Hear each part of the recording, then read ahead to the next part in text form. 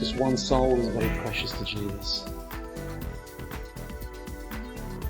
Years ago, I was praying for an opportunity to hear Jackie Pullinger. She was in the UK with the Halal Ministries in Blackpool in the Tower to minister with all the triads who became Christians of heroin.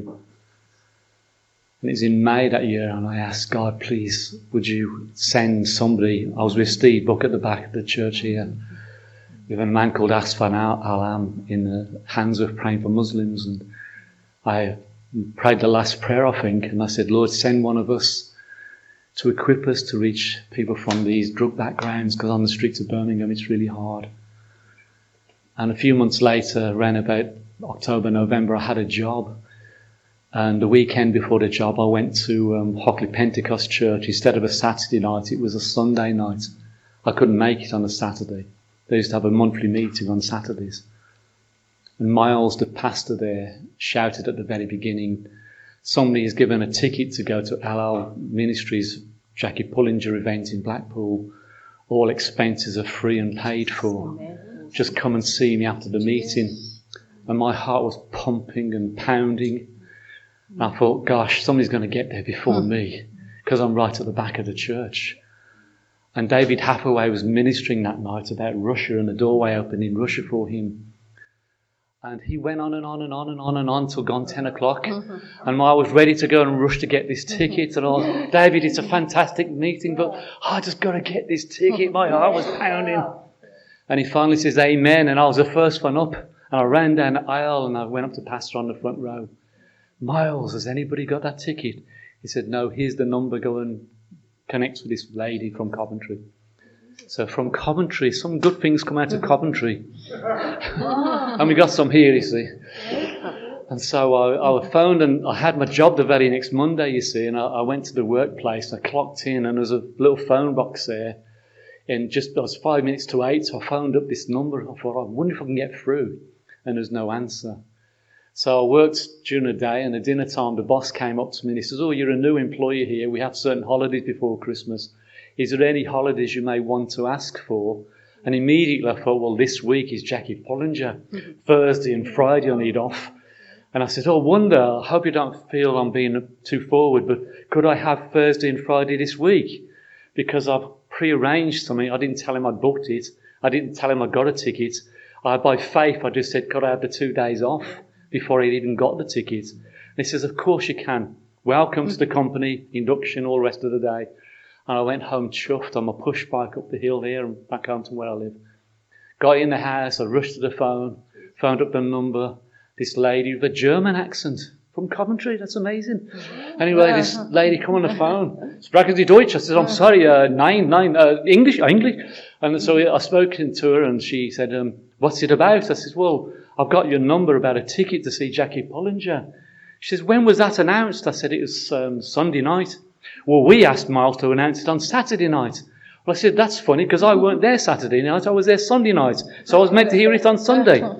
Anyway, have you got a ticket? And I was being a bit cheeky, actually. And then she said, well, of course we have. What's your name, by the way? And I said, oh, my name is Brian Phillips. And she dropped the phone. I thought, oh my gosh, somebody in Coventry knows all about me. I thought, oh my gosh, the word gets about too quick these days. All my past, all this stuff. And anyway, she said, no, she said, the name on the ticket is B. Phillips. So God, 5 months ago, put my name on a ticket. Amen. Isn't that amazing? Amen. Jesus. And so Amen. we went to Blackpool the next day on a Monday. On the Thursday, I went in Tuesday and Wednesday to work. And Thursday outside of Hockley Pentecost Church, they came, picked me up and drove me to a hotel, bed and breakfast, wonderful room. Wow, Jackie Pullinger's ministry, it was awesome, man. Wow. Dinner time came. My friend I'd met from a previous ministry time in Allard Grange up north. And we sat together. My wife borrowed me £5 to buy some chips because it was only bed and breakfast. So a bag of chips during the day would suffice. So we shared a bag of chips. We sat there on a bench. We couldn't find anywhere to share the gospel. There was hundreds of Christians everywhere because the town's full of Christians. So we thought, Lord, every street corner, even on the trams, even on the tower, there's people telling everybody about Jesus. I'm going to have a bag of chips with my mates. So we sat there, chips in the middle of us, He was that side of the bench, I was this side, and this man came out of the crowd. He was a ruffian. He got a dirty raincoat on. His shoes were split up. He smelt of urine and terrible sting of alcohol. He headed for a beeline. He jumped on the bench, put the chips on his lap, and in his hand went lunging. All our chips was being scoffed, and we both looked at him, and we looked at each other, and we looked up to God, and God says, love him. You what? He's got my chips. Them are our dinner. In my quiet heart, I didn't shout it like that. And God says, love him. And this man was desperate. Anyway, this happened every single day while I was there. And we had a bit of wisdom after the first day. We got to the bench a little bit early, had some of the chips to ourselves, and left some chips for this wonderful man called John. John says, tell me a story. So we said, we're Christians, there's an event here, telling the stories about coming off heroin addiction. Oh, I don't know about your Jesus, or I'm not sure about Jesus. I was a rich man. I was a director of ICI. I had a ship, I had an island, I had a jet. I lost everything. I lost all my shares. I'm a bum. I don't want to live anymore. I'm walking from Land's End to John O'Groats. That's all I do in my life. I just want to die. And he says, by the way, thank you for the chips. And he just walks off. So the last day is Sunday dinner time, and the last night is Sunday evening. And Steve actually took me home in his car. And I sat there with my mate. We said, how can we deal with this? We prayed before he came. God, you've got to give us a chance to get him to be, born again. He came out some chips. So I said to John, I said, the only thing I can relate to you with your rich story is that I know the richest man in the universe. And I've got a personal relationship with him. And he can make you rich again. It may not be money, but you will be the richest man on earth if you turn to him. Oh, I know about Jesus, I know that. Anyway, he had his drop. And I said, John, it's the last meeting. We might never see you again. I'll be on the Tower Ballroom waiting for you at 6:30. Please, just come to the meeting, if nothing else. Just for my sake, please come. And I don't know about that. Anyway, I'll see you, bride. Bye-bye. And he goes. I'm on the steps of the ballroom. And I'm waiting there, half hour's gone. And the door people are saying, bride, just go in. You're missing the meeting. I says, no, I've got an appointment. I've got an appointment with one soul that's going to be one for Jesus. And I spoke with words of faith. And lo and behold, as I was about to turn around and go into the ballroom, bride!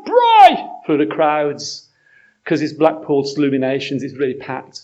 And I heard the voice, and then he pushed away for the people. He came running onto the stairs. And I cried. I couldn't stop crying. And he couldn't stop crying. All the bouncers and the doormen was all in a circle. He came to Jesus in my arms. I love this guy. I've never seen him again since. But I'm going to see him on the other side. And then Holy Spirit says, son, the ticket with your name on and all of these things I've done for you is not for you. It's for John. Do you understand how important it is for Jesus, for one soul? He will move heaven and earth.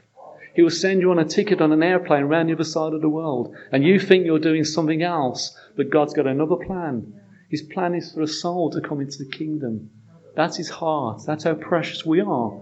Not just for John, but that's how precious you are. He would move heaven and earth for each one of us so that we can become born again. And that's my story. That's how I come to Christ. Somebody prayed for me. Church prayed all night long for me, one soul to get saved. And I stood before Jesus. I ain't got a clue. My gosh, I'm standing before Jesus. This whole church, wacky Christians, prayed for me. And I became a Christian. Prayer is powerful. He's almighty. His heart is for people. And that's what I learned. One soul is so precious. Don't ever undermine that. Don't worry about the people winning thousands. He's interested in one at a time. I promise you. If you just make yourself available and just say yes to him, he'll use you. He'll win thousands through you. That one soul could win thousands. It's not about the numbers. It's one at a time. That's how precious we are. Be encouraged, okay? I've got a Savior. He lives right inside of me. Oh yeah. His name is Jesus. He means so much to me. Oh yeah.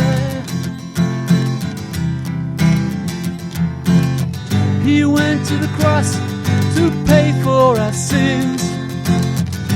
Come and worship him. Oh